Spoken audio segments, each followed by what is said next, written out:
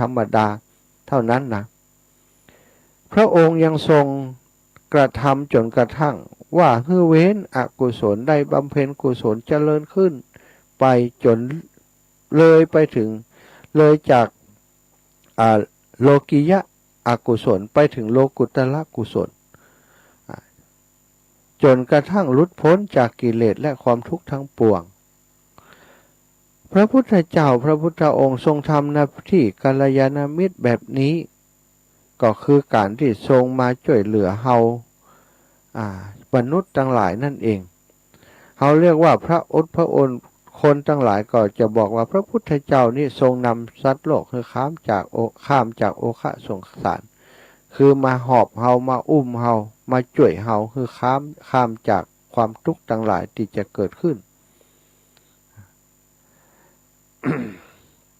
กัลยาณมิตรทั้งหมดของพรหมคือทั้งหมดของพรหมจรรย์นะในสมัยหนึ่งพระพุทธเจ้านะเรื่องนี้ในสมัยหนึ่งพระพุทธเจ้าประทับอยู่ณนิคมของชาวสักกยะชื่อว่า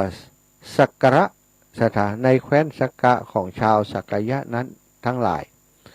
ครั้งนั้นท่านพระอานนท์นะเรื่องที่มีเล่าไว้ในพระสูตรเข้าไปเฝ้าพระพุทธเจ้าก็ไปประทับอยู่ข้างๆที่ประทับของพระพุทธองค์ถวายบังคมพระผู้มีพระภาคแล้วก็นั่งณที่ควรส่วนข้างหนึ่งครั้นแล้วก็ได้กราบทูลพระผู้มีพระภาคว่าข้าแต่พระองค์ผู้เจริญความเป็นผู้มีมิตรดีมีสหายดีมีเพื่อนดีอันนี้เป็นกึ่งหนึ่งของพรหมจรรย์เทียวนะคะนะพระเจ้าข้านะพระอานนท์ก็เหมือนกับว่าไปปรารภเนาะไปเปยปรารภแสดงความคิดเห็นว่าการที่เฮามีมิตรดีก็ดีมีสหายดีมีเพื่อนดีนี้เท่ากับว่าเป็นกึ่งหนึ่งของพรหมจรรย์เลยเนาะอีวะพระผู้มีพระภาคเจ้าตรัสว่าดูก่อนอานนท์เธออย่าได้ไปว่าเช่นนั้นไปกล่าวเช่นนั้นใดจะใดเธออย่าได้กล่าวอย่างนั้นเหมือนกับว่าห้ามโอ้เธอจะไปว่าเช่นนั้นด่ะบ่ใช่ ถ้าเปลี่ยนภาษาเฮาเนาะบ่ใช่อานนท์จะไปว่าเช่นนั้นก็ความเป็นผู้มีมิตรดีมีสหายดีมีเพื่อนดีนี้เป็นพรหมจรรย์ทั้งสิ้นทีเดียวเป็นทั้งหมดของพรหมจรรย์นะอานนท์บ่ใช่ว่าเกิงเดียวนะดูก่อนอานนท์อันภิกษุผู้มีมิตรดีมีสหายดีมีเพื่อนดีพึงหวังข้อนี้ได้ว่าจักเจริญอริยมรรคประกอบด้วยองค์8จักกระทำให้มากซึ่งอริยมรรคประกอบด้วยองค์8ดูก่อนอานนท์ก็ภิกษุผู้มีมิตรดีมีสหายดีมีเพื่อนดีย่อมเจริญอริยมรรคประกอบโดยองค์8ย่อมกระทำให้มากซึ่งอริยมรรคประกอบโดยองค์8จะใดอานนท์ภิกษุในธรรมวินัยนี้ย่อมเจริญสัมมาทิฏฐิอันอาศัยวิเวกอาศัยวิราคะอาศัยนิโรธะน้อมไปในการสละย่อมเจริญสัมมาสังกัปปะสัมมาวาจาสัมมากัมมันตะสัมมาอาชีวะสัมมาวายามะสัมมาสติสัมมาสมาธิอันอาศัยวิเวกอาศัยวิราคะอาศัยนิโรธน้อมไปในการสละดูก่อนอานนท์ภิกษุผู้มีมิตรดีมีสหายดีมีเพื่อนดีย่อมเจริญอริยมรรคประกอบโดยองค์8ย่อมกระทำให้มากซึ่งอริยมรรคประกอบโดยองค์8อย่างนี้แลอานนท์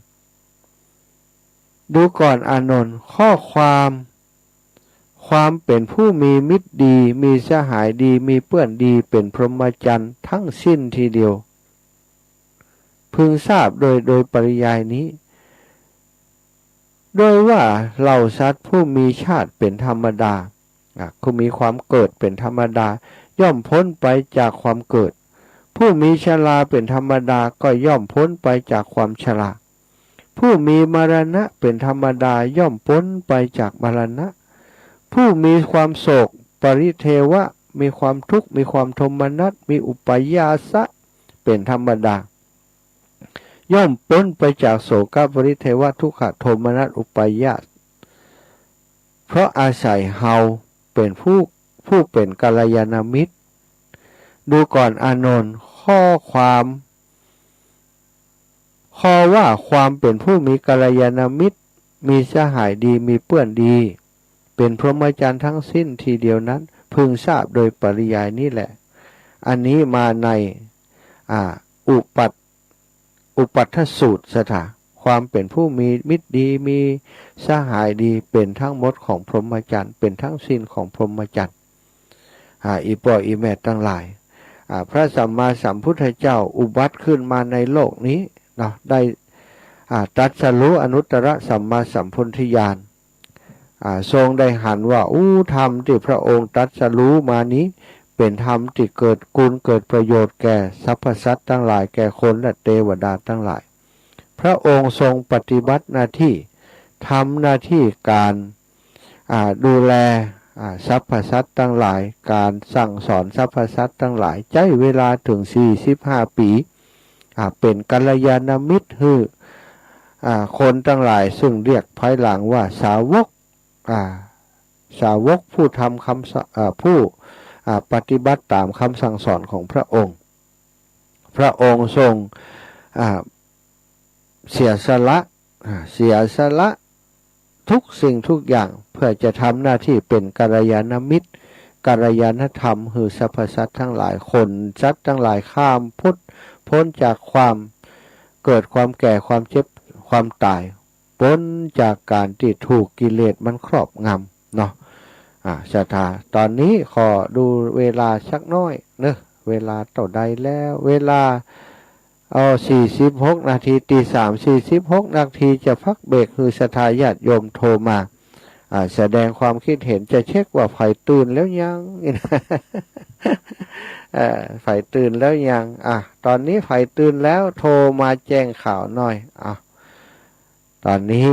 ได้อูดจากันไปถึงเรื่องของกัลยาณมิตรกัลยาณธรรมอีปออีแม่กึดจะได้พ่องกึดแบบพระอานนท์กะกึดว่าเพื่อนที่ดีเป็นกึ่งหนึ่งของชีวิตกะหรือว่าเป็นทั้งหมดของชีวิตลองโทรมาแสดงความคิดเห็นกันหรือว่าจะสอบถามเรื่องอื่นหรือว่าจะจะจากันบ่ได้ก็ได้นะโทรมาได้เลยเนอะโทรมาจะให้เวลาประมาณสัก10 นาทีจากนั้นก็จะพักเบรกสักกัมกินน้ำกินท่าแล้วก็จะเข้ารายการต่อไปจนถึงตี 5นะตื่นมาตั้งแต่ตี 2เนอะอาตมาตื่นพร้อมก็คงจะตื่นที่หลังกับครูบาอาจารย์สักเล็กสักน้อยครูบาอาจารย์ท่านพระครูก็ตื่นมาตั้งแต่เช้าเข้ามามอนิเตอร์ควบคุมท่านมาหาเสียงมันเบาไป อาจารย์เพิ่นตื่นขึ้นมาฟังนะสถาเจริญปอนจากตั้งใดอีแม่บัวพัดฟังแต่เช้าแล้วเจ้าอีแม่นี่เบอร์ใหม่เห็นมั้ยกะเบอร์ใหม่แม่แต่เบอร์เก่าได้รู้แล้วนะรู้อันนี้เบอร์ใหม่แม่บัวพัดเนาะฟังแต่เช้าแล้วอาจารย์เช้าตื่นเช้าขนาดแม่บัวพัดกุหลันขอบคุณอีแม่เนอะตื่นเมื่อ2 โมงแล้วมันไม่ได้อยู่ก็ออกนะตื่นเมื่อ2 โมงก็ตื่นพร้อมกันนะกะอันครูอาจารย์เจ้าสาธุบุญรักษาแม่เนอะบุญรักษาจ้าแม่บัวผัดกุหลันบ้านต้นซานเมืองฝางพุ่นเจริญปอนโยมแม่ชีกันทนีเจ้าไว้สาเจ้าค่ะจ้าฟังอยู่เจ้าตื่นเจ้าแตะเรื่องเป่าๆนี่ฟังตังอีแม่ฟังตังโทรศัพท์เนาะเจ้าเป็นเจ้าฟังโทรศัพท์เจ้าอีแม่นี่ขวัญทุกศูนย์ทุกองค์แล้วเจ้าของโทรศัพท์หมดแล้วเจ้าขวัญขวายแตะขวัญขวายได้ฟังขอบคุณโยมแม่เนอะช่วงนี้ก็คงใจอิดเนาะกำลังใจด้วยเจ้าสาธุไปพี่น้องแม่แจมมาแล้วกึดเติงหาทุพี่น้องแม่แจมหายไปเมินเจริญปอนอีแม่พี่น้องแม่แจมฮับแล้วเนอะเจ้าแม่ว่าจังได้ ฟังอยู่เน้อตื่นตีสองแล้วโอ้เปิดละไว้เลยเนาะฟังธรรมะมาเนาะเปิดละไว้เจ้าสบายดีจ้าสบายดีฟังเสียงท่านมาหาถ้าจะเสียงแหบเสียงแห้งนั่นกะตะวานี่ปบญาติโยมหลายตีแม่เสียงแหบไป แล้วมันตื่นเจ้าตัวตื่นเจ้าในเสียงมันจะเปลี่ยนเนาะแม่เนาะเจ้าสาธุขอบคุณอีแม่นะสาธุบุญรักษาพี่น้องแม่แจมเน้อศรัทธาเจริญปอนโยมแม่เพนคนสู้ชีวิตเจ้าว่าจะจ้าทำมาหาเจ้าแม่ฟังชัดเย็นเด้อกำลังจะทำมาหาเด้อเจ้าแม่มีอย่างมาฝากวันนี้แสงไฟเนาะแสงไฟก็ได้เจ้าแสงไฟสว่างกายแสงธรรมะสว่างใจสว่างกายได้แสงไฟสว่างใจได้แสงธรรมเจ้าสว่างตาด้วยแสงไฟแก้ตัวก็วัดทำไมเนาะเจ้าแม่ข้อที่1วัดความคิดข้อที่2วัดความดีข้อที่3วัดความดันข้อที่4วัดสายตา ข้อที่5วัดหัวใจข้อที่6วัดสังขารข้อที่7วัดสันดานข้อที่8วัดแต่ตะเก้าเต็มไปของเด้อจ้าสาธุอะไรมาให้ช้อมมาใหม่นะท่านพระครูเนาะสาธุเจ้าแม่จ่ายเด้อสาธุอ้าวเจริญปอนโยมแม่จันศรีสุขาพี่น้องแจงหัวลีนรับอยู่น่ะนี่อยู่ในมุ้งอยู่น่ะนี่เนี่ยตั้งลูกเข้ามาตั้งแต่เริ่มต้นแล้วโอ้ขอบคุณอีแม่ตื่นแล้วยังนี่นอนอยู่ก็นอนอยู่ นอนห่มผ้าอุ่นๆหนาวแล้วคืนนี้หนาวแล้วนะจ้ะหนาวแล้วลำปางกว่าหนาวอีแม่หนาวแต่ว่าพอจะบ่นักเท่าใดนะหนาวบอกหัวรู้สึกหนาวเจ้าแต่ว่าไปกันคุณยาไปทำน่ะเจ้ามารักษาที่ว่ามงคลอะไรอย่างโอ้ขอบคุณอีแม่เนอะขอบคุณนักนะสาธุบุญรักษาแม่บุญรักษาเจริญปอนโยมแม่ลองปีน้องบ้านใหม่ดอนไฟยาวแม่แม่ลูกกุนตีสองพุทธโอ้ลูกเจ้าโลช่วงนี้ก็อิดก้าที่วัดท่านอาจารย์เซเว่นอิดอยู่เนาะกำลังมาเก็บนี่ทำตัวเราลองไปโอ้เจ้ากระถินเป็นวันใดก็แม่วันที่27โอ้27ดอกกระถินวัดบ้านใหม่เนาะวัดบ้านใหม่ดอนไฟเนาะแม่เนาะวัดบ้านใหม่ดอนไฟวันที่27เนาะศรัทธาญาติโยมที่แม่ทะพี่น้องลำปางเฮาไผอยู่ไกลก็ไปแอวกันวันนี้จะไปแอวบ้านนากวางนาฟ้านี่แม่ไปวันนี้นะจะออกไปสัก9 โมงไปถึงปุ้นสัก10 โมงปลายไหมมาแวะมันไหนก็รบกวนอีแม่ก็เดี๋ยวจะโทรหาก่อนแล้วกันเด้อแม่ตอนกลับอาจจะแวะมาหาแม่ก่อนเจ้าสาธุวันที่27จะลองไปอีกถ้ามาแวะมันไหนแล้วแม่จะลองไปวันนี้จะลองไปตัวอีกอะไปงานวัดบ้านมันจะรอท่านมาหานะจ๊ะถ้าประมาแวะก็ว่าก็ขากลับก็แล้วกันเนาะขากลับมาก็แวะหายแม่แล้วก็ออกมาอีกเลยแม่เจ้าสาธุขอบคุณแม่นะเจ้าบุญรักษาเจริญปอนโยมแม่สายทองบ้านห้องละปูนเจ้าฟังแต่เจ้าแล้วเจ้าวันนี้มีอย่างฝากแฟนรายการพ่องวันนี้เจ้าจะคืนนี้ก็ออก106เพิ่งขอมาจากนพรจากพระเจ้าก่อนจากนพรนินดารงเจ้าโอ้ดีกะดีขอร้องเพลงตัววะโอ้อีแม่ร้องเพลงเก่งกะมันต้องจะจอยของสายทองนี่กะไม่จัดชี้มาหรือก็ฟังเจ้าขออนุญาตนะคะทำบุญนะคนชอบอ่ะเป็นกุศลนี่นะเจ้าเอาเจ้าขออนุญาตเนาะกุศลผลบุญมันได้ลบลี้จะห่มปกเก้าทุกคนเป็นเกินไก่ฟ้ามหากุศลเป็นสหโยนขี่ข้ามน้ำกว้าง บุญกินบุญการที่เราได้สร้างเป็นตรงนำทางจองจักเมื่อตกจมแดนอันตรคัดที่พระพุทธเจ้าบอกไปจักเป็นน้ำที่เขาติดน้ำติดปัจจัยติดตัวเขาไปจ้านี่แหละจัดหน้าเป็นหอวิมานรออยู่ท่าทางปัฒนาขึ้นไว้ปลาตัวหลวงมันจ้างไก่น้ำตื้นเหมือนไก่น้อยชิวไห้ตัวใหญ่แต้บอกแต้น้ำไหลจังห่มถูกสายตายหัวจะรอได้หันได้หูได้อู้ได้เขียนได้ห้ามได้เฮียนวิสัยเอกอ้างได้ใช้ปัญญาฝันสรรสร้างให้กินคำตังมนุษย์บะกงไปกินถือศีลพระพุทธสุจริตชูชีวีถึงจนยากไร้จุงรักในศักดิ์ศรีหวังทำความดีสืบไว้วันไปหน้าสืบไว้วันไปหน้านะเจ้าตัวโอ้มาบ่ได้กำลังใจนะเจ้ากำลังใจเจ้าสาธุสาธุเจ้ามีของฝากดีๆตลอดเนาะสาธุสาธุเจ้าแม่สายทองเนาะกับพักที่แม่สายทองนี่ก่อนเนอะจะถ่ายญาติโยมกันเดียวเฮากับปะกันในรอบที่2เนาะรอบที่2 4:00 ถึง 5:00 เนอะเอาละตอนนี้ขออนุญาตให้ศรัทธาญาติโยมได้ฟังเพลงให้ฟังสักหน่อย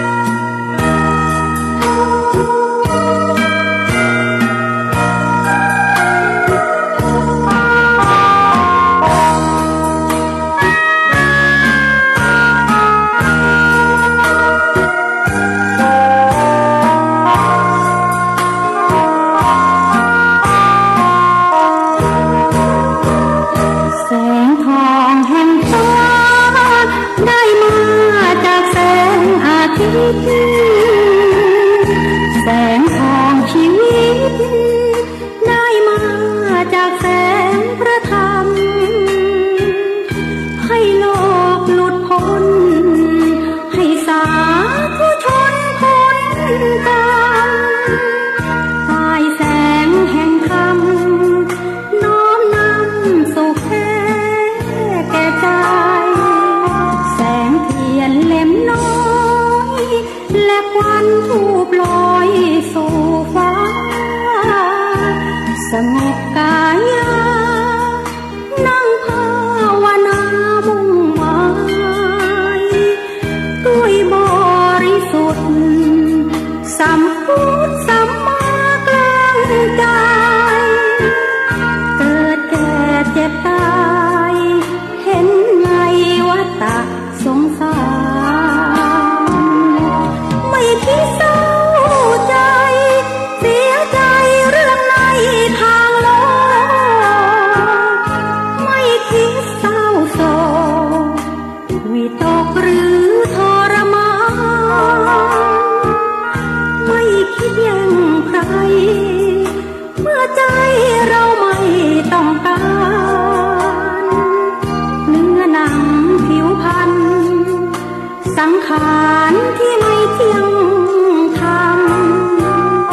สัจจะอธิษฐานมุ่งมั่นด้วยแรงศรัทธาสั่งสมบุญญา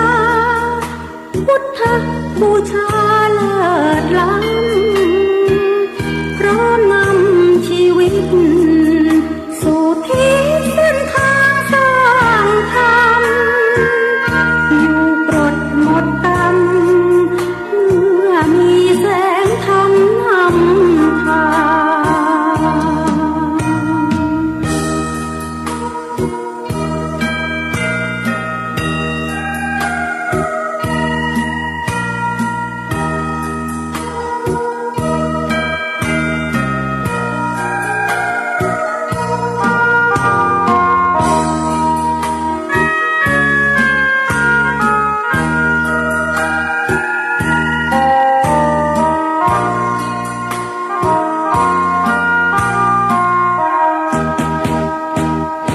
ไม่คิดเศร้าใจเสียใจเรื่องในทางโลกไม่คิดเศร้าโศกวิตกหรือทรมานไม่คิดแย่งใครเมื่อใจเราไม่ต้องการเนื้อหนังผิวพรรณสังขารที่ไม่เที่ยงธรรมสัจจะอธิษฐานมุ่งมั่นด้วยแรงศ ศรัทธาสั่งสมบุญญาพุทธบูชาเลิศล้ำพร้อมนำชีวิตสู่ทิศเส้นทางสร้างธรรมอยู่ปลดหมดกรรมเมื่อมีแสงธรรมนำ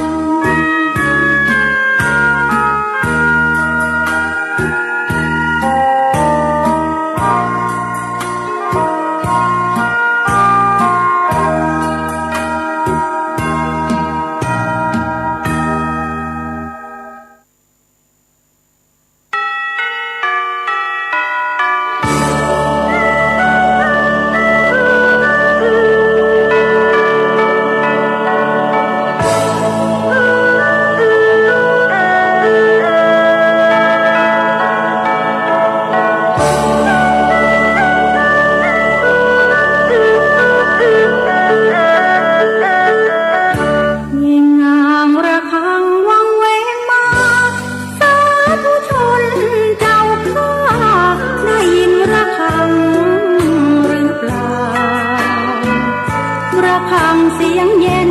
พระธรรมแผ่เห็นเป็นร่มเงาผู้ชนผู้ร้อนเรา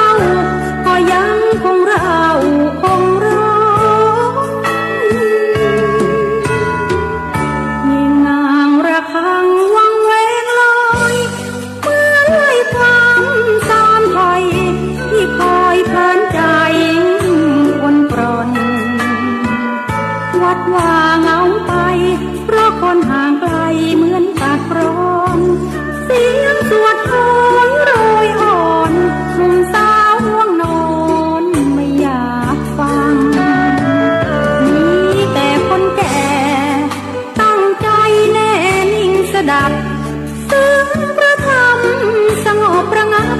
ดับเพลิงโลกีพ่ายพังสืบการต่อไปคิดแล้วหัวใจก็หนาวเสียดังหนุ่มๆสาวๆรุ่นหลังจะมีใครฟังพระเทศน์กันเล่ายิ่งนางระฆังวังเวงมาสาธุชนเจ้าข้าได้ยินระฆังหรือเปล่าระฆังเสียงเย็นพระธรรมแผ่เห็นเป็นร่มเงาพริ้วแผ่วมาเบาๆเสียงพระคุณเจ้าท่านสวดมนต์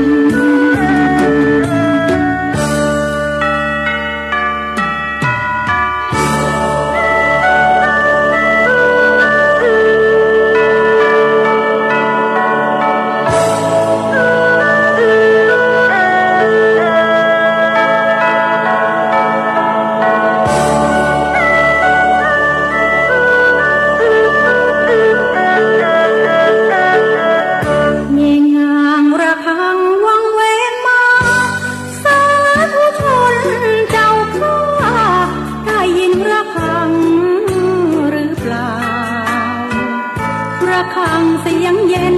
พระธรรมแผ่เห็นเป็นร่มเงาพริ้วแผ่วมาเบาๆเสียงพระคุณเจ้าท่านสวดมนต์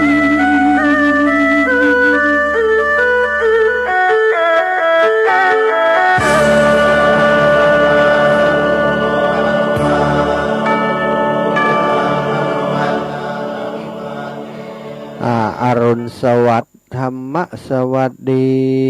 สวัสดีกันรอบที่สองชั่วโมงที่สองเนาะที่ได้พบปะกันวันนี้วันจันทร์ที่17 เดือนตุลาก็ได้มาพบปะกันในชั่วโมงที่สองนี้แม่ยายพรฝั่งโทรมาเตื้อไว้โทรมาตอนท้ายชั่วโมงเด้อแหม40 นาทีก็โทรมาแม่ยายพรตะกี้เพิ่นฮื้อโทรมายายพรบัดโทรจะมาโทรตอนนี้เดี๋ยวก็อูบไปฮับยายพรแล้วคนนั้นก็จะโทรมาคนนี้ก็จะโทรมาแม่ยายพรใจเย็นๆรับ ไปหันก่อนเด้อฟังโทรมาเด้อตะกี้ในชั่วโมงแรกเนอะศรัทธาญาติโยมอาตมาภาพได้อุจาฝากงานฝากการเนาะเป็นงานของกฐินที่ใกล้ๆวันนี้วันที่17แล้ววันที่ความจริง18 19 20ปุ่นก็มีหลายที่หลายแห่งศรัทธามีทุกวันนั่นแหละเนาะแต่ว่าอาตมาก็ได้ประกาศไปถึงงานกฐินของครูบาอาจารย์ที่ตังจะได้เสียงบดีก็ได้อย่างโทรมาตอนนี้เจริญปอนอีแม่ตอนนี้กำลังอู้อยู่เนอะเราชกรรมบอเราชกรรมเนอะฟังโทรมาเตี้ยอีป่อยอีแม่เนาะสิ่งที่เตรียมไว้มันก็จะลืมไปกัน ขอกรรมก็เดี๋ยวถ้าเปิดโอกาสให้โทรก็โทรมีกติกากันหน่อยถ้าเขาบอกมีกติกากันใครโทรก็โทรใครอู้ก็อู้มันจะเสียเวลากับคนที่เปิดตั้งใจจะฟังเอาน้ำเอาทำเอาอัดเอาทำเนาะเขาก็ที่ส่วนที่อู้กันก็แบ่งปันอยู่แบ่งปันท้ายชั่วโมง10 นาที15 นาทีก็ว่ากันไปเองแต่จะมาโทรต้นชั่วโมงนี่โอ้ตั้งใจคือมันจะมีแบบอย่างสมมติว่าเขาอาตมาฮับของอีแม่อู้กับอีแม่เนี่ยนะฟังคนอื่นฟังโทรมาเถอะนะอู้คนเดียวแต่เยอะมันบอกฟังแล้วลุบคนนั้นก็ใครโทรคนนี้ก็ใครโทรจริงๆก็อยากจะฮับถึงชั่วโมงนั้นนะแต่ทีนี้ถ้าเป็นอย่างอันไปพบก็เนื้อหาสาระธรรมบ่มีสักอย่างอาจารย์เพิ่นก็ยุดเวลาคืนเหยกะก็เป็นน้ำแล้วบ่ได้อู้กันนะ ศรัทธาญาติโยมในต้นชั่วโมงตะกี้ได้แจ้งไปเรื่องกฐินของครูบาอาจารย์เนาะวันที่22นี้วัดม่อนห้วยแก้วเนาะวันที่22ขั้นของท่านพระครูกัลยาณปราโมทย์แล้ววันที่23สถาบันธรรมาภิวัตรของท่านพระอาจารย์สาธิตธีรปัญโยวันที่27ตะกี้ได้ข่าวว่าของ27นี้ของท่านอาจารย์เซเว่นเนาะวัดบันใหม่ดอนไฟลำปางเนาะวันที่29ของท่านอาจารย์พระครูสุเมธธรรมเสวีวัดม่อนฤาษีวันที่30ก็ที่วัดม่อนฤาษีจะมีกฐินสำหรับวัดที่เปิ้นบ่มีกฐินมาฮับกฐินที่วัดม่อนฤาษีวันที่1เนาะที่วัดทุ่งโป่งตำบลเมืองปานอำเภอเมืองปานจังหวัดลำปางของอาตมาภาพพระมหาสมชาติชาตปัญโยโดยความเมตตาของครูบาอาจารย์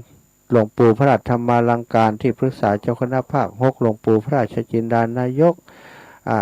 ที่ปรึกษาเจ้าคณะจังหวัดลำปางท่านพระครูอภิวัฒนวิกรมพระเผยแผ่จังหวัดลำปางตยแล้วก็ผอ.มจร.ลำปางตยครูบาอาจารย์หลวงปู่เมืองฝางเนาะหลวงปู่พระครูสุจิตานุรักษ์ก็ได้ขอเมตตาเป็นองค์อุปถัมภ์ท่านพระครูวินิจวรการเจ้าคณะอำเภอแช่ห่มตยแล้วก็หลวงพ่อท่านพระครูวิจารณ์พัทรกิจเจ้าคณะอำเภอศพปราบเนาะก็ได้เมตตาอุปถัมภ์ในพระป่าครั้งนี้กฐินครั้งนี้ จะลดกฐินเป็นพระป่าเสร็จแล้วก็วันที่3วันที่3วัดบันกิวซึ่งอาตมาภาพได้ไปช่วยเหลือครูบาอาจารย์นำคณะพระเผยแผ่กับผอ.มจร.นิสิตมจร.ไปร่วมบุญเป็นเจ้าภาพกฐินให้เพื่อนตัวที่วัดบันกิวแล้วก็วัดต่อจากนั้นเนาะวันที่5เนาะที่วัดปากตางเจริญของท่านอาจารย์พระครูอภิวัฒนวิกรมวันที่5พฤศจิกาวันที่6พฤศจิกาวัดพุทธศรีคีรีของท่านอาจารย์วรรณชัยพร้อมกับของหลวงปู่ท่านพระครูสุจิตานุรักษ์เจ้าคณะอำเภอฝางศรัทธาญาติโยมไกลที่ไหนไปที่หานอยากจะให้หอมที่คนละทีละนิดทีละหน่อยก็จะเป็นบุญเป็นกุศลกับเฮาเนาะกฐินเก้าวัดเก้าวานั้นบ่ยากแล้วสำหรับศรัทธาญาติโยมปัจจุบันนี้ได้หู้ลำดับว่าวัดนั้นวัดนี้เปิ่นตาลเปิ่นทำเมื่อใดตอนนี้ศรัทธาญาติโยมก็ติดต่อประสานงานมาที่อาตมาเยอะอยู่เหมือนกันกฐินของท่านอาจารย์วันใดน่ะบางผ่องบ่ได้บดินชัดเนาะก็ บางทีอันสปอร์ตที่ลำปางเนี่ยเขาเอาสปอร์ตเก่าที่อาตมากำหนดวันที่5แต่พอดีว่าวันที่5นี้ท่านอาจารย์พระครูบอกว่าโอ้มันตรงกันทีแรกจะเจ้ากันไปบ่ได้มาช่วยก็เลยบอกว่าบ่เป็นอย่างบ่เฮ้ยเจ้าเถอะผมจะเลื่อนหนีอาจารย์ อาตมาก็เลยเลื่อนขึ้นหน้ามาเนี่ย3-4 วันเพื่อจะได้ไปช่วยงานครูบาอาจารย์โดยสถาเป็นวันที่1 พฤศจิกายนเนอะก็ขอให้ศรัทธาญาติโยมที่ว่าอันเมตตาอยากจะไปร่วมงานกันก็เตรียมตัวกันไว้เนาะยินดีต้อนรับยินดีรับเมตตาจากอีปออีแม่ที่จะได้มาช่วยกันศรัทธาญาติโยมตะกี้นั้นได้อู้จากันเกี่ยวกับเรื่องของกัลยาณมิตรกัลยาณธรรมเนาะพระพุทธเจ้าพระองค์ปรารภเหตุที่ท่านพระอานนท์เข้าไป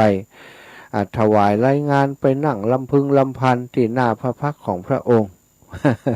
ว่าพระองค์การมีกัลยาณมิตรที่ดีนี่เป็นกึ่งหนึ่งของพรหมจรรย์เลยเนาะพระเจ้าข้าอีวะมีเพื่อนดีนี่เท่ากับความสำเร็จในชีวิตนี่ไปแล้วเกินหนึ่งอีเนาะถ้าตามลักอีนะถ้าเป็นกำอูทั่วไปเนี่ยพระพุทธองค์ก็ได้ตรัสกับพระอานนท์ว่าอานนท์เธอเข้าใจผิดแล้วเข้าใจผิดแล้วพระอานนท์ก็ตกใจว่าเข้าใจผิดจะได้ความจริงก็คิดว่าดีแล้วนะติกรรมติไปเนี่ยพระพุทธองค์บอกว่าเข้าใจผิดพระอานนท์ก็เลยว่ามันเป็นจะได้พระเจ้าค่ะพระพุทธองค์ก็เลยตรัสบอกอานนท์ว่าอานนท์ความจริงนั้นกัลยาณมิตรเนี่ยคือทั้งหมดของพรหมจรรย์แล้วพระองค์ก็บอกว่าพระองค์เนี่ยถือว่าเป็นกัลยาณมิตรของสรรพสัตว์ทั้งหลายของมนุษย์ทั้งหลายของเทวดาทั้งหลายกัลยาณมิตรคือคนที่พร่ำสอนแนะนำให้เฮาห่างไกลจากความชั่วแนะนำพร่ำสอนให้เฮาปฏิพฤติปฏิบัติอยู่ในคุณงามความดีห้ามอกุศลทั้งหลายที่จะเกิดขึ้นกับเฮายังกุศลทั้งหลายที่ยังบ่เกิดให้เกิดขึ้นกับเฮาทำคนที่ทุกข์ยากอยู่ให้ลดพ้นจากความทุกข์ยากที่ว่านี้คือความเกิดความแก่ความเจ็บความตายบุคคลที่เป็นกัลยาณมิตรแนะนำอย่างนี้ถือว่าเป็นทั้งหมดของพรหมจรรย์พระองค์ได้บอกว่าพระองค์นี่แหละคือกัลยาณมิตรของสรรพสัตว์ทั้งหลายพระธรรมคือกัลยาณมิตรของสรรพสัตว์ทั้งหลายพระสงฆ์ก็คือกัลยาณมิตรของสรรพสัตว์ทั้งหลายศรัทธาญาติโยมกัลยาณมิตรกัลยาณธรรมนั้นคือสิ่งสำคัญที่สุดคนบางคนเกิดมาอยู่ในท่ามกลางครอบครัวก็ดีเพื่อนฝูงก็ดีญาติกาวงวานก็ดีที่บ่ใจกัลยาณมิตรทำให้ชีวิตของบุคคลคนนั้นย่อยยับอับปางไปก่อนหน้าก่อนหลายปัจจุบันนี้ศรัทธาญาติโยมก็จะสังเกตเห็นว่าความรุนแรงบนโลกใบนี้เกิดขึ้นนักหนาเกิดขึ้นทุกหย่อมยาเกิดขึ้นจากการที่คนเหล่านั้นบ่มีกัลยาณมิตรบ่มีกัลยาณธรรมบ่มีไฟสั่งไฟสอนบ่มีไฟแนะนำบ่มีไฟปกป้องบ่มีไฟป้องกันคือเขาหลุดพ้นจากความคิดที่บ่ดีคือเขาเดินตามในวิถีชีวิตดีๆบ่มีไผสั่งสอนเขาอย่างอันสถามีบุคคลท่านหนึ่งเปิ้นเนาะเปิ้นได้บอกว่าตัวของเปิ้นนี้เกือบจะกลายเป็นคนที่ทำลายชีวิตของคนอื่นไปแล้วศรัทธาญาติโยมเกือบจะเป็นคนที่ทำลายชีวิตคนอื่นไปแล้วคนนี้คือจริงๆแล้วเขาบอกว่าเขานี่เกือบจะเป็นคนที่ได้ทำร้ายได้ฆ่าเนาะได้ทำร้ายต่อเกือบจะเป็นมือปืนฆ่าละอ่อนไปแล้วอีนะศรัทธาญาติโยม 2-3 วัน 4-5 วันก่อนที่ฟังข่าวที่ได้สลดหดหูใจนั้นเรื่องของมือปืนที่ไปกราดยิงละอ่อนนั้นศรัทธาก็คงจะได้ฟังแล้วสลดใจว่าทำไมมันถึงไปทำจะอันหมอนี้มันบังเอิญกันที่ไปเนี่ยจะอันศรัทธาบ่บังเอิญนะบ่ใจบังเอิญคนนี้ มันมีความคิดแวบขึ้นมาในสมองมันก่อนที่จะไปทำอย่างนั้นแล้วเลือกที่จะไปทำในสถานที่แห่งนั้นโดยนักจิตวิทยาเป็นบอกว่าคนเวลามันจิตลุไปแล้วจิตลุดไปแล้วเนี่ยมันอยากจะทำร้ายคนอื่นทำให้คนอื่นเนี่ยได้เกิดความเศร้าสลดไปโดยมันเนี่ยมันก็จะคิดถึงว่าไอ้อย่างที่เศร้าสลดได้นักที่สุดการฆ่ากันทำร้ายคนที่บ่มีทางสู้คนที่ประเภทคนที่บ่มีอาวุธป้องกันตัวคนที่วิ่งหนีบ่ได้คนที่อ่อนแอที่สุดเนี่ยสถาคือสิ่งที่จะทำความสลดหดหู่เกิดขึ้นกับคนทั้งหลายได้นักที่สุดนั่นก็คือเด็กและเยาวชนศรัทธาญาติโยมจะได้ฟังบ่อยว่าในต่างประเทศนี่ไปกราดยิงในโรงเรียนไปกราดยิงในที่ฝูงชนที่เปิ่นอยู่กันนักโดยบ่มีการป้องกันตัวโดยบ่ได้ระมัดระวังตัวโรงเรียนนี่ในต่างประเทศในอเมริกานี่เกือบจะทุกปีได้ยินเรื่องอย่างอีโรงเรียนมัธยมก็ดีโรงเรียนประถมก็ดีบางครั้งคนในโรงเรียนฮั่นนะเป็นนักเรียนในโรงเรียนฮั่นบางพ่องก็เป็นคนตั้งนอกมากราดยิงละอ่อนแม้กระทั่งเป็นทหารเนี่ยสถามากราดยิงละอ่อนในโรงเรียนฮั่นบางพ่องก็เป็นตำรวจอย่างบ้านเฮาเนี่ยเป็นตำรวจจิตลุไป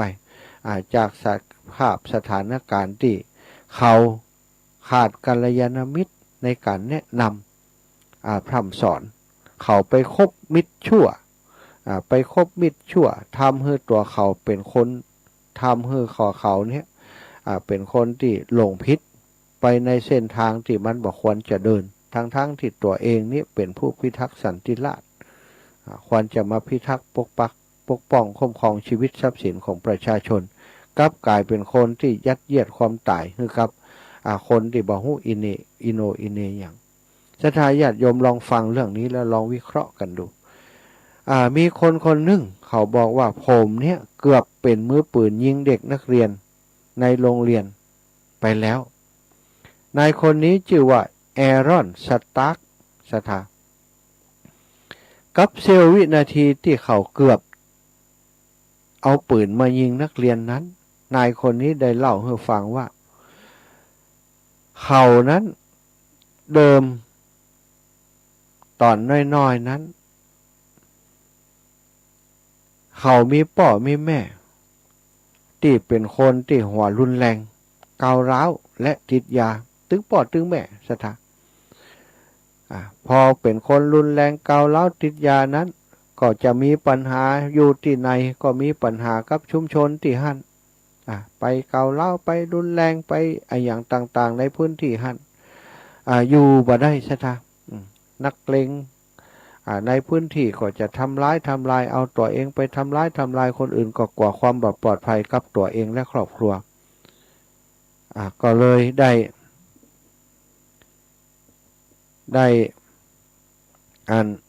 ย้ายตัวเองไปเรื่อยๆซะท่าย้ายไปอยู่หั่นย้ายไปอยู่นี่เนาะ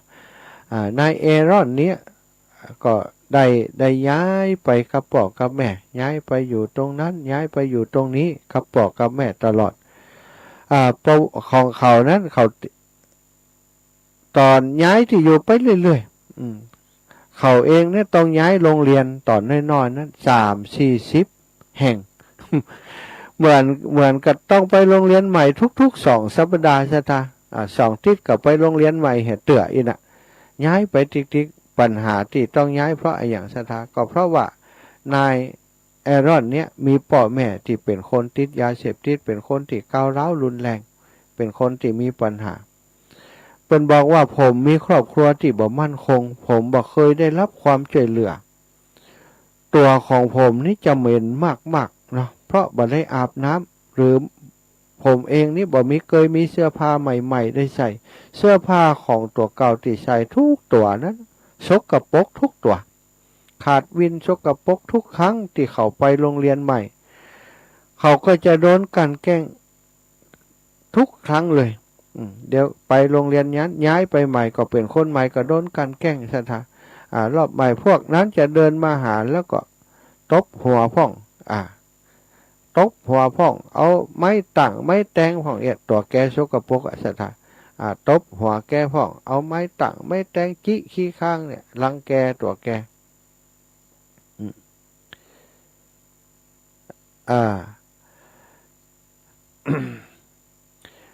นอกจากนี้นอกจากในเรื่องของโรงเรียนแล้วรอบคนรอบตัวของแอรอนเนี่ยมักจะบอกว่าเขามักจะอู้เสมอว่าเขาเนี่ยเป็นคนไร้ค่าบ่มีคุณค่าในสังคมอยู่เนี่ยยังอยู่ในสังคมตัวเองเป็นคนบ่มีคุณค่าเนาะเป็นคนบ่มีคุณค่าเนี่ย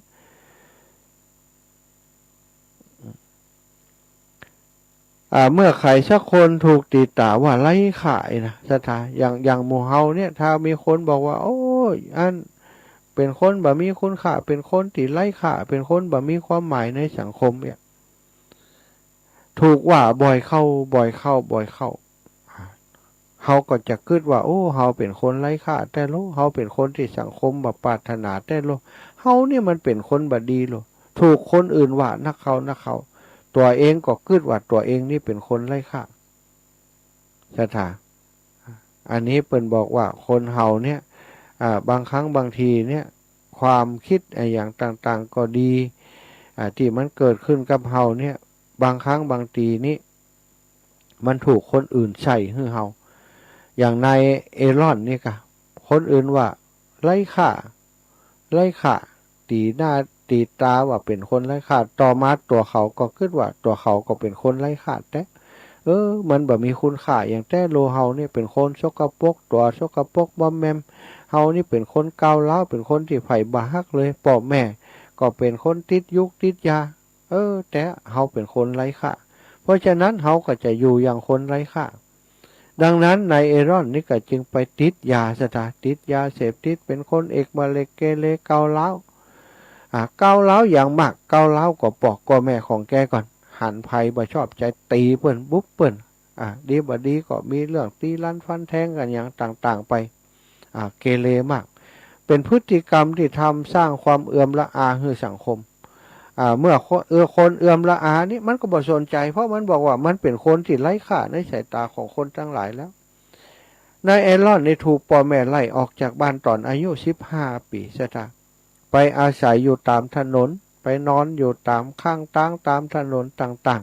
ๆเนื่องจากปัญหาเวลาพ่อแม่เมามาก็มักจะทะเลาะเบาะแว้งกันตบกันตีกันบุ๊บกันซะจ้ะแต่ละคนเนี่ยมีแผลเดี๋ยวก็แม่ตาปามเป็นเรื่องปกติก็เป็นความเดือดร้อนเป็นความวุ่นวายในครอบครัวพอโดนไล่ออกจากบางวันหนึ่งนายเอรอนนี้ถูกตำรวจยับส่งตัวกลับบ้านในสภาพที่มีแผลที่แขนเรากับว่าเขาเนี่ยกรีดตัวเองแม่ที่ไ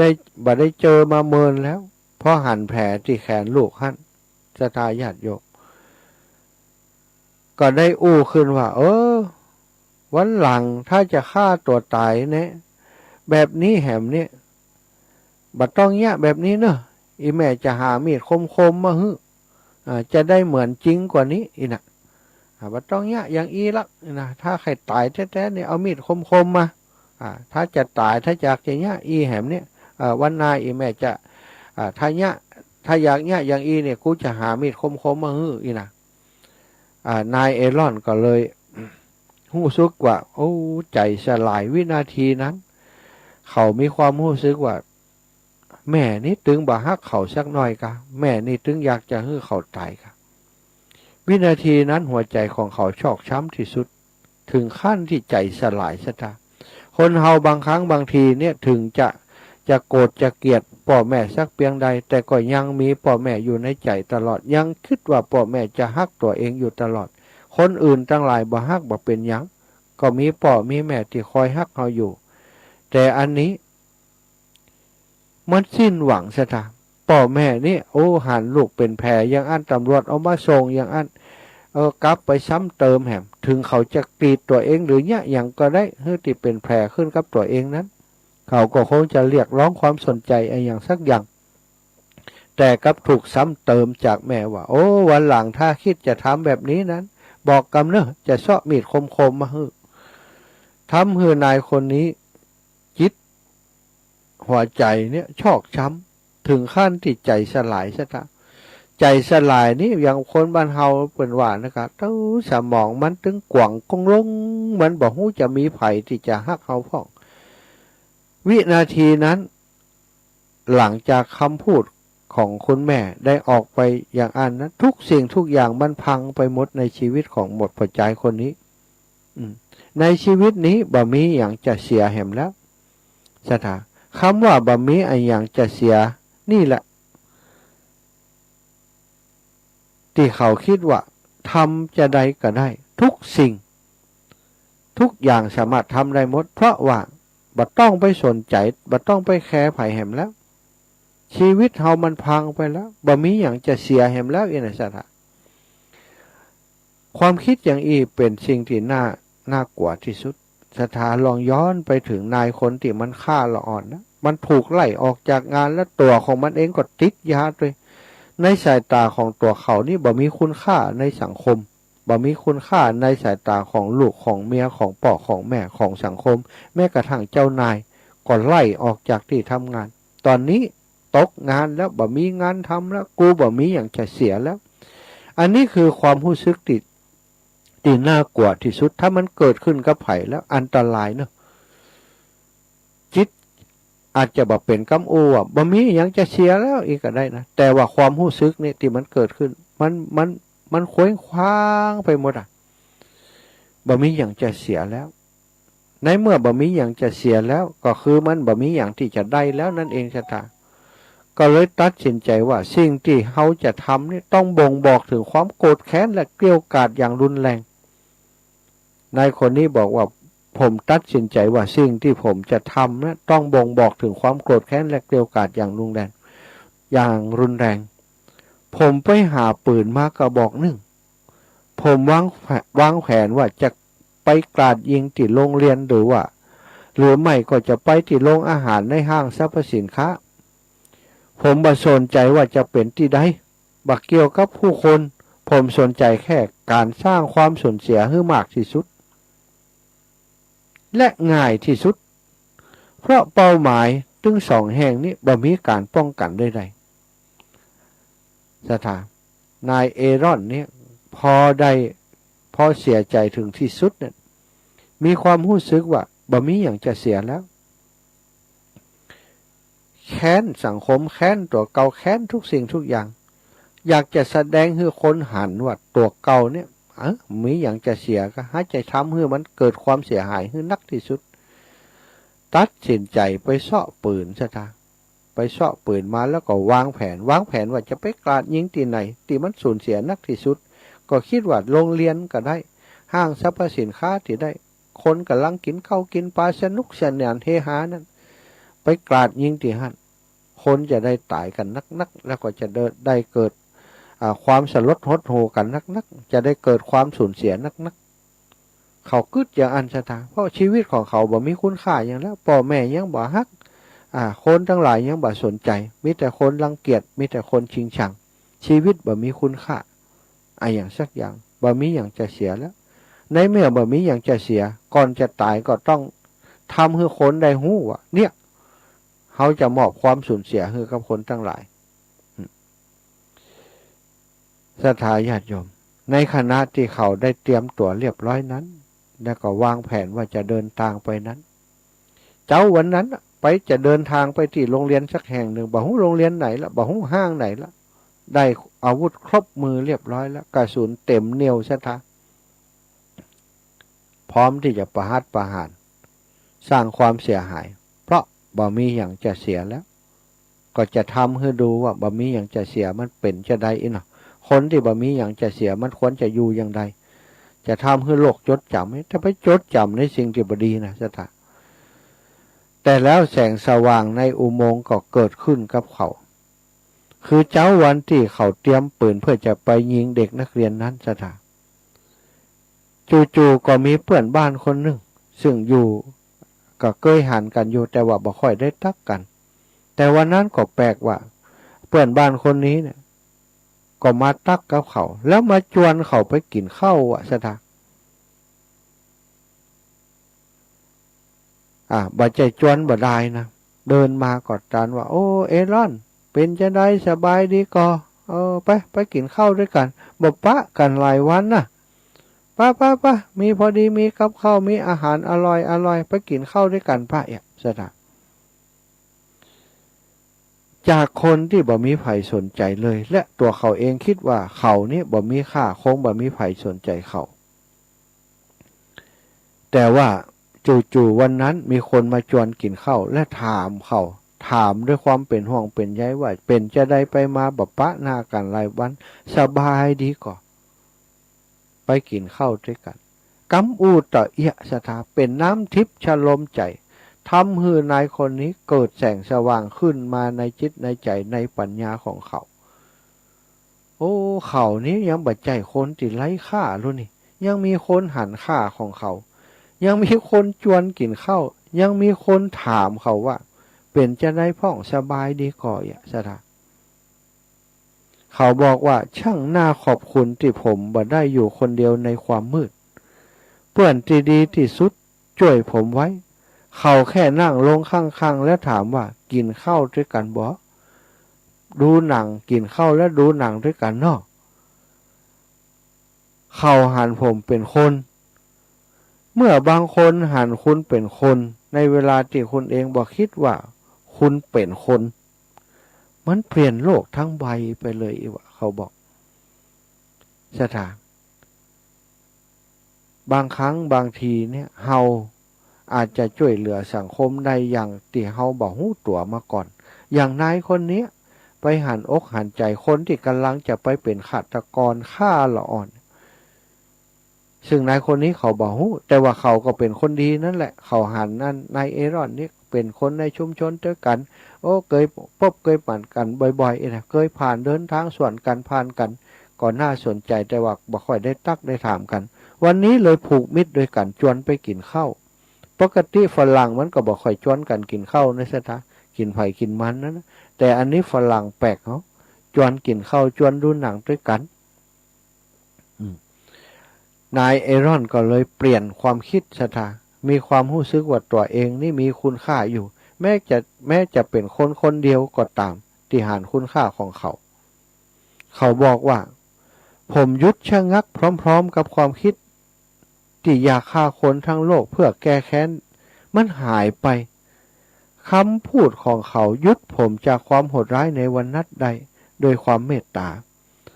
ถ้าคุณหันไผ่สักคนอยู่ในสถานการณ์แบบนั้น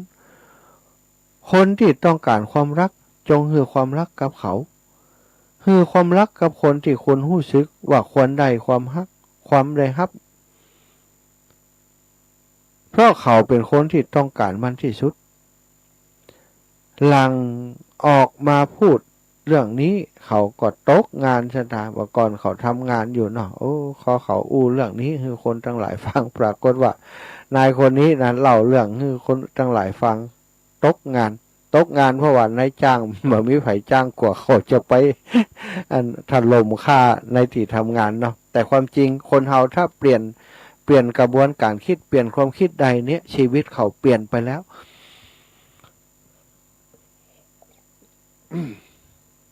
บ่มีวันที่จะหลงผิดกลับไปเป็นคนแบบนั้นเหมือนเดิมได้นายคนนี้หลังจากที่เขาเปลี่ยนความคิดได้แล้วเขาก็เลยเปลี่ยนแปลงตัวเองทุกสิ่งทุกอย่างกลับมาเป็นคนที่เข้าใจคนอื่นกลับมาเป็นคนที่ลดละเลิกจากการเสพยาเสพติดไปในที่สุดแล้วก็ปฏิบัติตัวเสียใหม่ปัจจุบันนี้เขาเป็นคนที่มีครอบครัวมีลูก4 คนแล้วก็เป็นคนที่ได้ถูกรับเชิญไปให้กำลังใจคนทั้งหลายในสถานที่ต่างๆในคุกเนาะในพื้นที่ที่ข่ายกักกันเยาวชนก็อย่างการเนี่ยที่คนที่มีความรุนแรงคนติดเสพยาเสพติดเนี่ยอยู่คนทั้งหลายศรัทธาญาติโยมบ่ใจว่าเกิดมาแล้วอยากจะทำความชั่วเปิ่นบอกว่าละออนนี้เหมือนกับผ้าขาวเกิดขึ้นมาแล้วอาจจะไปทางใดเนี่ยสำคัญที่สุดเลยครอบครัวพ่อแม่ที่ดูแลลูกๆหลานๆอยู่นั้นคือสถาบันแรกที่จะกล่อมเกลา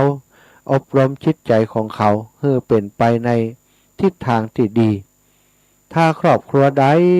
เป็นครอบครัวที่มีความอบอุ่น พ่อแม่มีลูกขึ้นมาเลี้ยงดูลูกอย่างดี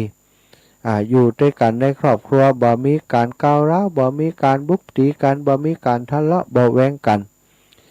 เป็นครอบครัวที่มีความสุขถ้อยอาศัยเป็นกัลยาณมิตรต่อกันมีอะไรอย่างที่มันเป็นความบาสบายใจของคนนั้นของคนนี้มามาจามาสนทนากันโดยปิยวาจาโอ้อันนั้นบ่ดีเนื้อแม่มันอันนั้นบ่ดีเนื้อป่อมันป่อมันจะได้ยะจะอีแม่มันจะได้ยะอย่างอีบางครั้งบางทีคนสมัยก่อนถึงกับว่าเวลาทะเลาะเบาะแว้งกันจะบอกต่อหน้าลูกนี่กันดีๆเวลาจะนั่งเคลียร์ปัญหากันนะแม้กระทั่งเรื่องที่เป็นความลับบางสิ่งบางอย่างป่อพิษก็ดีแม่พิษก็ดีจะบอกจ๋าด่าทอกันต่อหน้าลูกไว้รอลูกไปโรงเรียนกาลูกบายูกาก่อยมานั่งเคลียร์ปัญหากันจากันจะทะเลาะเบาะแว้งจะทกเถียงกันก็จะตอนที่ลูกบายูตัวแต่บางคนบ่อ่านซะท่ามีปัญหาอย่างมาโยนใส่กันต่อหน้าต่อตาลูกเนี่ยมันได้อาย บ่อายก็ลูกก็เท่าปันนี้แล้วยังมีแม่ย่ามายิงอยู่กายเท่าปันนี้แล้วมึงไปเล่นการพนันอยู่กะมึงไปกินยามากะมึงกินยามึงบอกกลัวลูกมึงจะติดตัวมึงกายสัตว์ทั้งที่ลูกบอกควรจะหู้ก็หู้กับบอกกับแม่ที่พิษกันนะเวลาพิษกันเวลาโมโหโกรธากันมันบ่มีสติหรอกสัตว์มันบ่มีสติกรรมที่บ่ควรก็จะออกไปกรรมที่บ่ควรว่าก็จะว่าออกไปบางครั้งว่าอย่างออกไปบอกหูคิงว่าไปวันหน้าลูกมึงก็จะชั่วอย่างมึงเนี่ยสถาลูกมันฟังอยู่นะสมมติว่าลูกเป็นปวดใจเนาะถ้าแม่ด่าว่าปอมเป็นคนบดีกินขี้เหล้าขี้ยาวันหน้าลูกมึงก็จะเป็นแบบมึงเนี่ยนิสัยมึงบดีลูกมันก็จะบดีเหมือนกันเนี่ยแล้วลูกที่ฟังอยู่มันจะจะได้สถาเลยบางครั้งปวดใจด่าแม่ยิงสมมติว่าไปกินเหล้ากินยากับเปื่อนกับฟุงเนี่ยไปนั่งกับปวดใจสามีหึงไปหันภาพอย่างนั้นบางครั้งเป็นเปื่อนเขาหันกันยุบกรรมกันยอกล้อกันไปหันภาพอย่างอันมาเมียกลับมาบันใส่กันต่างๆบัดถามคนนั้นเป็นไผบางเถื่อเป็นปีเป็นน้องอยู่กันเล่นกันตบหัวกันมาตั้งแต่น้อยพอไปหันอย่างอันเกิดอาการหึงหวงกลับมาบันด่ากันบัดเดียวนี้มึงยังอีกะจะมีจู้มีเจิงกะยังได้ล้ำเหลียอีก็ละกันเฮียเนี่ยตัวอย่างบัดดีวันหน้าลูกมึงก็จะเป็นอย่างอีกะ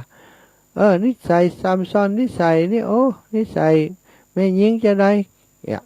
ว่าตอนหน้าลูกถ้าลูกเป็นแม่ยิงสถาลูกจะกึดจะได้เหมือนกับว่าด่าแม่พดไปหาลูกมันก็จะเป็นปมด้อยปมด่างในจิตใจของลูกอันนี้อันตรายนะสถาอย่างนายแอรอนเนี่ยถึงที่สุดมานี่จริงๆแล้วเขาบ่ได้เป็นคนชั่วนะแต่ว่าเป็นคนที่บ่ได้รับความอบอุ่นเลยตั้งแต่น้อยๆมาพ่อแม่ก็ยังว่านะคนมันลึกนะพ่อแม่ก็ลึกเหียติดยาเนี่ยพ่อแม่ติดยาถึงแม่ติดยาเสพติดแล้วอยู่ที่ไหนบ่เป็นบ่อนเลยเรียนหนังสือ2 สัปดาห์ย้ายโรงเรียนเตื้อนึงมันถึงเสี่ยงทีละตอนน้อยๆย้ายโรงเรียนเป็น40-50โรงเรียนสถาเดี๋ยวก็ไปโรงเรียนนี้เดี๋ยวก็ไปโรงเรียนนั้นไปที่ไหนก็โดนแกล้ง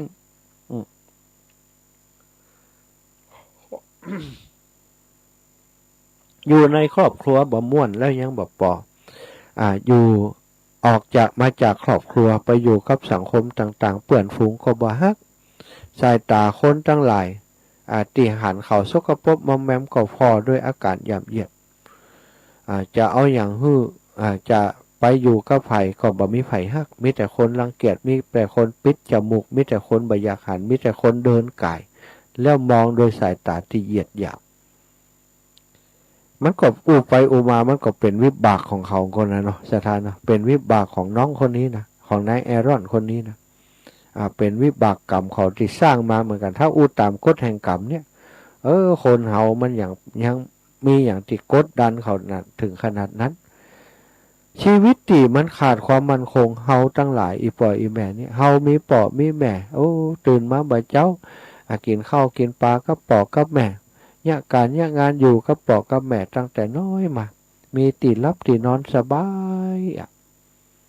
ถึงจะเป็นตูบกระจ่างอันนี้คือบ้านเฮานี่คือตูบเฮานี่คือป่อเฮานี่คือแม่เฮานี่คือชุมชนของเฮาไปวิ่งเล่นไปหาไผก็ได้นั่นลุงนั่นป่านี้นะนี่อีน้องโอ้ประเดี๋ยวหน้าพี่ลีไปโล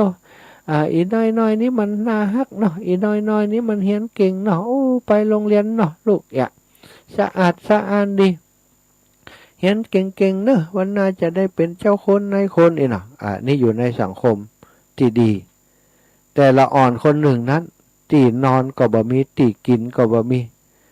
ไปโรงเรียนก็โดนเปื่อนกันแกล้งเสื้อผ้าที่ไปโรงเรียนก็สกปรกมอมแหม่มบ่เคยมีชุดนักเรียนโดยเปิดเลยสตาอันนี้คือสภาพของเด็กคนหนึ่งแล้วจะให้เด็กคนนั้นเป็นเด็กที่ดีได้จะได้บ่เคยได้รับกำลังใจจากพ่อจากแม่จากคนที่ควรจะฮักเขาเลยสถาทั้งหลายอันนี้เพิ่นบอกว่าสังคมปัจจุบันนี้เฮาได้สร้างคนที่เป็นซาตานสร้างคนที่เป็นยักษ์เป็นมารร่วมกันนักคืนติ๊กๆนะศรัทธาญาติโยมจะอีปล่อยแม่จะสังเกตเห็นว่าประเดี๋ยวนี้คนติดยาก็นักขึ้นคนที่ทำผิดตามกฎหมายหลายรูปแบบนักขึ้นแม้กระทั่งพวก18มงกุฎเนี่ยที่แฝงตัวมาเป็นหลายสิ่งหลายอย่างถึงวันนี้นะมีคนชกชิงปล้นชกชิงวิ่งราวปล้นกันทั่วบ้านทั่วเมืองปล้นแบบที่บ่มีอาวุธอย่างสักอย่างใช้อาวุธทางปัญญาปล้นตังอิเล็กทรอนิกส์ปล้นตังมือถือเนี่ยสถาบัดเดียวนี้ระมัดระวังนะแอปต่างๆนั่นนะแอปที่เป็นว่านั่นนะในโทรศัพท์นะดีบัดนี้จะดูดสตางค์เฮาจากโทรศัพท์เฮาบางคนบัดเดียวนี้นิติกรรมตังธนาคารอย่างต่างๆนี่มีโทรศัพท์แล้วโอนตังไปไหนก็ได้นะอันตรายบางคนนี่เอาไปเอามาเงินในบัญชีบ่เหลือเลยเพราะว่าพวก18มงกุฎนี้มันอาศัยช่องทางในการที่เข้ามาเอาข้อมูลล้วงข้อมูลของเฮาในโทรศัพท์นะไปทำนิติกรรมตังการเงินเนี่ยนักหนาชะตาอันเนี้ยบัดเดียวนี้คนที่ช่อโกงอย่างต่างๆบางครั้งเขาบ่ฮู้เลยนะ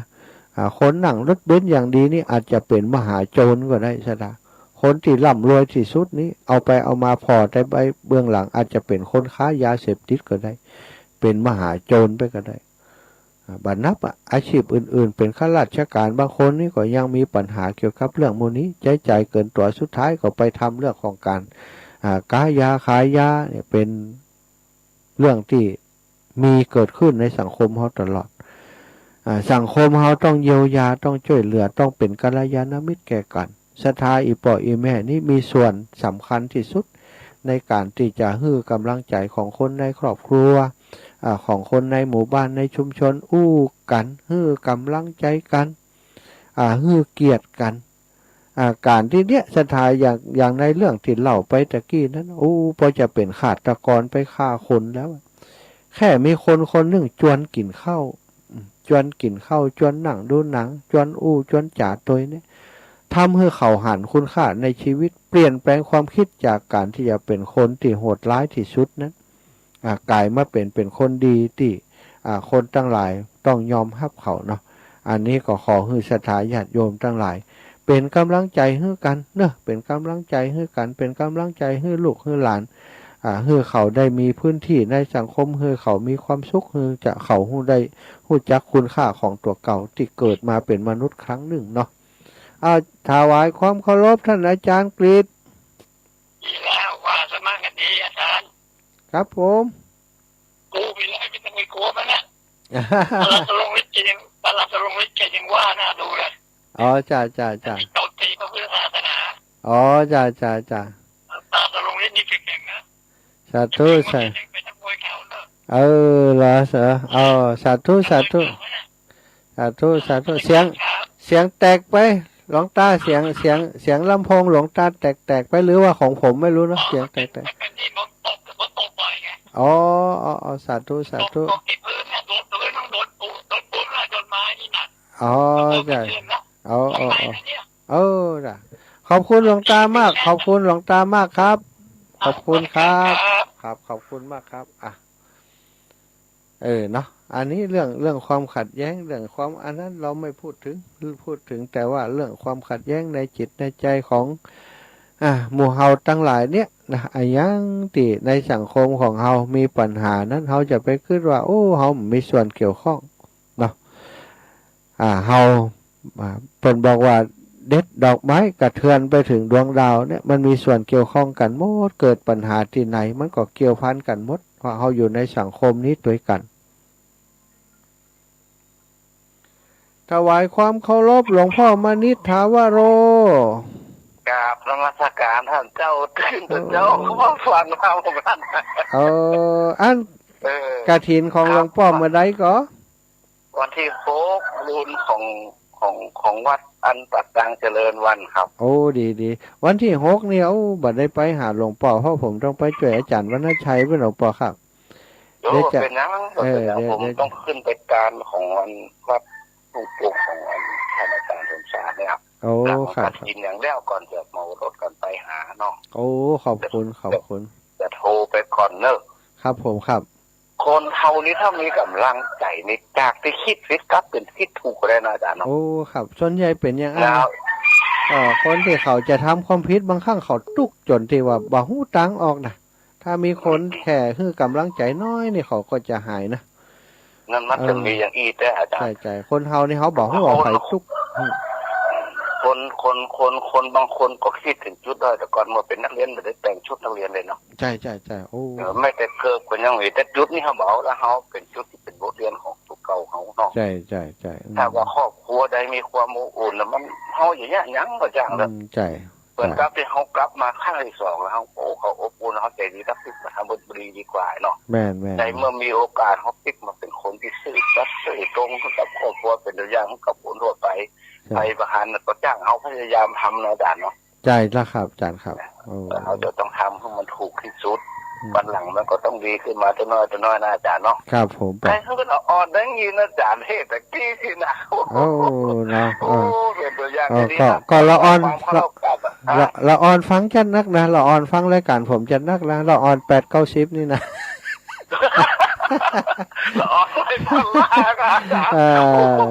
เปิ่นช่วยได้นักอาจารย์ครับเรื่องมูนี้เนี่ยคนเฒ่าคนแก่เปิ่นช่วยได้นักพอเปิ่นให้กำลังใจลูกหลานได้ดีกว่าเฮาครับมันรู้ทุกอย่างเขาเป็นพระสงฆ์องค์เจ้าเหมือนกันเนาะถ้าทำมีความเชื่อมั่นในตัวเนี่ยก็เปิ่นกำลังใจจากพระแบบยื่นส่งมือเอาเนาะสาธุครับขอบคุณพระสงฆ์คนยื่นเนาะครับผมขอบคุณหนักๆหลวงปู่ติเมตตาโทรมาเด้อครับเด้อสาธุศรัทธาญาติโยมแบ่งปันกันคนน้อยเนาะอยากจะอู้หลวงปู่เมื่อนะได้ความรู้อู้กับหลวงปู่มานิดนี่เปิ้นเป็นตนที่มีความมานะพยายามเหมือนกันเนอะสำนักสมหอมบุญฮะเนี่ยเป็นสำนักสงฆ์ที่เหมือนกับว่าถ้าบ่มีไผไปอยู่มันก็ล้างไปเหี่ยเนาะสถานเนาะบ่ก่อนหลวงปู่เล็กเปิ้นอยู่บัดเดี๋ยวนี้หลวงปู่เล็กเปิ้นปลีกวิเวกไปอยู่แหมตีนึงน่ะหลวงปู่มานิดก็มาสานต่อสารงานที่หั่นเป็นวัดที่ถ้าพัฒนาดีๆก็เป็นวัดที่งามเนอะสถานเนอะสถานอีพ่ออีแม่ทั้งหลาย0808844173เนอะ4432095032โทรมาตะกี้2สายบัดตันครับโทรมาแหมใหม่เนอะโทรมาแหมใหม่ตะกี้บัดตันแต้ๆนะพอติดสายของหลวงพ่อท่านอาจารย์มานิดอยู่พี่น้องตังปุ้นก็ฟังอยู่เนอะพี่น้องตังเมืองฝางบอกว่าฟังอยู่เนอะเจ้าอีนะขอบคุณเนาะกัลยาณมิตรกันเนาะอีแม่มาแล้วอีแม่ตื่นตั้งแต่ตี 2การหันอีแม่เช็คมานอนเป็นรับเป็นนอนรับจนเดียวมันตึงบ่หลับแล้วล่ะช่วงนี้เดินทางบ่อยก้านี่ไปตานกฐินถึงวันน่ะหันอีแม่พักละไปสังฆวานวันนั้นแล้วก็เลยไปไหนละพักก่อนล่ะก็แหมกั้มกับเมืองปานนี่ค่ะได้ข่าวว่าจะมาตรงโปงอีนะอีแม่ถ้าพอก่อน จ้างเผือกจ้างเผือกมาเหยียบบ้านเหยียบเมืองมันจะเจริญรุ่งเรืองนะมาเหยียบหูจิ๋มเด้อ ไปนอนก่อนนะแม่อันก็ไปนอนก่อนนะตุ้ง นอ โป่ น ง กลับมานอนแหมใหม่นะมันเมินแล้วนะมันนี่ไปแล้วลืมไปแล้วนะ บัดลืมมันเป็นปีนี่อยู่ มาอีแม่มมาเป็นน้ำแล้ว ถ้าอย่างเอ้ยมันมาจากครอบครัวนะต้นเหตุมันนะ เจ้าหน่าอีแม่โอ้มาฟังขอบครัวนายนี่เขาอินดูมันหอยแม่เขานึกถึงภาพหันภาพ ค เล รอย บ อะ ครัวแบบอบอุ่นเลย แม่ก็ป้อมาคุ้มมากอดมาหอมกันเนี่ยพ่องนี่ก็ เจ้าเชียงเตี่ยมันคนลึกอ่ะแม่ก็ลึกเขาติดยาน่ะ ติดยาบอกว่าติดยาอีนะแกว่านะปะหน้ากันกัดบุบกัดตีนะแกนี่มิแต่แผลน่ะโดนพ่อแม่บุบตีกรรม เป็นครอบครัวที่อันขี้ยาตึงหมู่เนาะ ถ้ามันกลายเป็นว่าทรงมันเหมือนกับสร้างซาตานอ่ะสร้างอันพญายักษ์พญามารอ่ะเนาะ โอ้โหมันขุมนรกแท้ๆเลยนะ ข่มนรกดีนะตีมีคนหนึ่งไปจวนกินข้าวเขาบอกว่าเป็นน้ำทิพย์มาชะลมใจเลยอินเอาแม่จวนกินข้าวหนังอู้ตัวนี่เขาหันคุณค่าในชีวิตอ่ะ ถ้ามันมีคนนั้นนี่คนจะตายไปสักกี่คนแบบโบนะ ใช่เพราะฉะนั้นเนี่ยการที่เขาปะไผ่กระจ่างเขาจะหัวคนนี้มันตุกจะได้นะบางครั้งนี่ปะกันนี่เขาต้องให้กำลังใจเขาทุกวันเนี่ยปะไผ่กระจ่างที่เขานะส่วนใหญ่เขาจะตักด้วยคำดีๆตักให้เขามีกำลังใจ ก็อันนั้นนะก็มันเป็นน้ำทิพย์จะลมใจนะ ใจละแม่ยิ้มให้กันเนี่ยตักตายกันดีๆจะมาดูถูกเหยียดหยามจะอันเปิ้นก็จะเตะจะตีนี่มันบดีคนเหมือนกันเลยนะ ใช่บางครั้งแค่สายตาที่อบอุ่นก็ช่วยคนได้นะแม่สายตาที่พอเขาได้ความเมตตาอารีนี่มันก็ช่วยคนได้นะ ยาวมันก็มีแววตาที่เป็นมิตรไมตรีต่อกันมันก็เป็นม้วนแล้วนะ เจ้ามันจำเป็นต้องมีกุญแจรถก็ได้ เอาไว้ให้มันก่อน สาธุบุญทักษาอีแม่นะเดี๋ยวก็ป้ากันละ ได้กับใส่จอยบอย ซาเล้งก็ถึงจะเอาเดี๋ยวนี้นะ เดี๋ยวจะไปหาเด้อสาธุขอบคุณอีแม่เจ้าเจริญปอนป้อนันอนันต์พี่น้องเวียงสา ครับผมท่านผาอันผู้ท่านปอได้ยินว่าอันจะทานกฐินตีวัด200 วัดก็300 วัดก็200นะปอแต่ว่ามันบรรลุนี่ได้ยินเหมือนกันว่าเหมือนจะเป็น3นะรู้สึกว่าน่าจะมีญาติโยมเป็นเจ้าภาพเพิ่มมาแหมอีเนาะปอเนาะครับอันเดี๋ยวนี้อันจะปอจะขอรวมทำบุญไปแล้วแต่ประจะจัดไปเนาะใช่เปิ้นจัดอยู่แล้วปอเปิ้นจัดกระจายกันไปอยู่แล้วปอ แล้วก็จะโอนไปทางไหนเลยปออันมีบัญชีเฮากับฮู้บัญชีเปิ้นนะส่วนใหญ่เปิ้นโอนไปที่หมอดฤาษีให้นะปอบัญชีของอันนั้นนะเดี๋ยวเขาจะถามอันอาจารย์พอว่าอันบัญชีหยังเนาะปอเนาะเดี๋ยวเขาจะส่งให้ปอเด้อ ครับผมครับแจ้งให้ปอสาธุปอขอบคุณเด้อ ครับผมครับสาธุใครทราบบัญชีของม่อนฤาษีเนอะเจริญปอนยมปี้ตื่นเจ้าโล เจ้าตื่นตั้งหมดตี 3ละ โอ้ตี 3ก็ฟังกันยาวมาถึงบัดเดียวนี้กันนี่ตี 3เนี่ยมันก็เปิดวิทยุตัว เปิดมาได้เปิดตี 4กะมาเปิดตี 4นี่แล้วก็เลยทำเนี่ย